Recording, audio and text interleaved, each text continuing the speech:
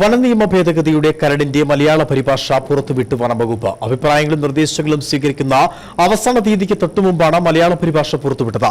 English പരിഭാഷ November 1-ന് പുറത്തുവിട്ടിരുന്നുവെങ്കിലും ജനങ്ങൾക്ക് വേഗത്തിൽ മനസ്സിലാക്കുവാൻ സാധിക്കുന്ന മലയാള പരിഭാഷ രഹസ്യ സ്വഭാവത്തോടുകൂടി പുറത്തുവിട്ടത് ഗൂഢലക്ഷ്യത്തോടു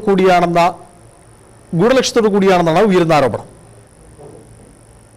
വനനിയമ ഭേദഗതിയുടെ കരടിന്റെ മലയാളം പരിഭാഷ വനംവകുപ്പ് പുറത്തുവിട്ടത് അഭിപ്രായങ്ങളും നിർദ്ദേശങ്ങളും സ്വീകരിക്കുന്നതിനുള്ള അവസാന തീയതിക്ക് 5 ദിവസം മുൻപ് മാത്രമാണ്.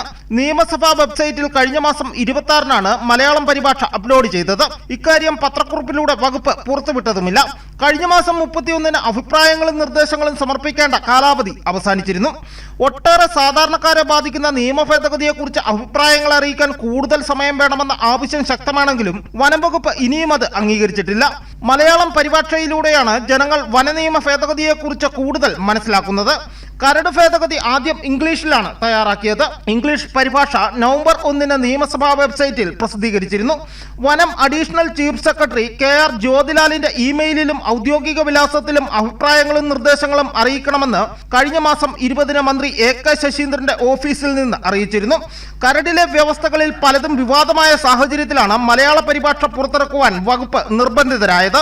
ലഭിച്ച അഭിപ്രായങ്ങൾ ക്രോഡീകരിച്ച് അടുത്ത ആഴ്ചക്കകം റിപ്പോർട്ട് നൽകണമെന്ന് ജ്യോതിലാലിനോട് നിർദ്ദേശിച്ച മന്ത്രി 9-ന് ഇവ വിലയിരുത്താനും തീരുമാനിച്ചിട്ടുണ്ട്.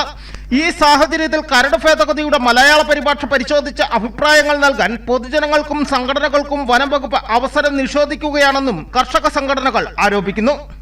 News bureau, Udumbanchola.